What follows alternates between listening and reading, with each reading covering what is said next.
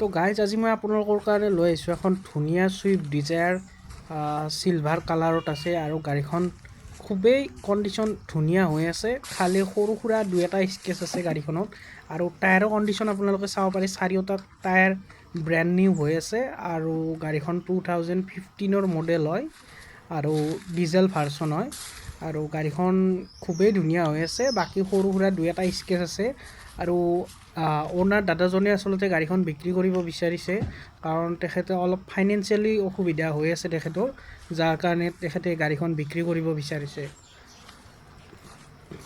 আৰু গাইজ আপোনালোকে যদি ভাবি আছে যে গাড়ী এখন ল'ম কিন্তু আমি ডিলাৰৰ পৰা নলওঁ, ডাইৰেক্ট কাষ্টমাৰৰ পৰা লওঁ, যদি ডাইৰেক্ট কাষ্টমাৰৰ পৰা গাড়ী বিচাৰি আছে তেতিয়াহ'লে আপোনালোকে এইখন খুব ভাল এটা মানে ডিল আছে আপোনালোকৰ হাতত।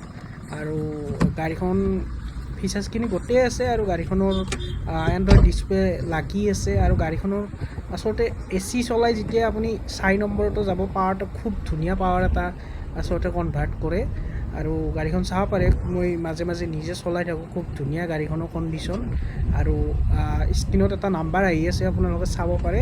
আৰু গাড়ীখন যদি ল'ম বুলি ভাবে আপোনালোকে কল কৰি গাড়ীখন চাব পাৰে, চাই মেলি যদি পচন্দ হয় ল'ব পাৰে। আৰু গাড়ীখনৰ কিলোমিটাৰ চলিছে, খুব জেনুইন হয়, 1,20,000 কিলোমিটাৰ চলিছে। কাৰণ আপোনালোকে যদি ডিলাৰৰ পৰা গাড়ী এখন লয় তেতিয়াহ'লে তাতে 40-50 হাজাৰো থাকিব পাৰে আজিকালি, কাৰণ বহুত টেম্পাৰিং থাকে। তো এইটো একদম জেনুইন হয়।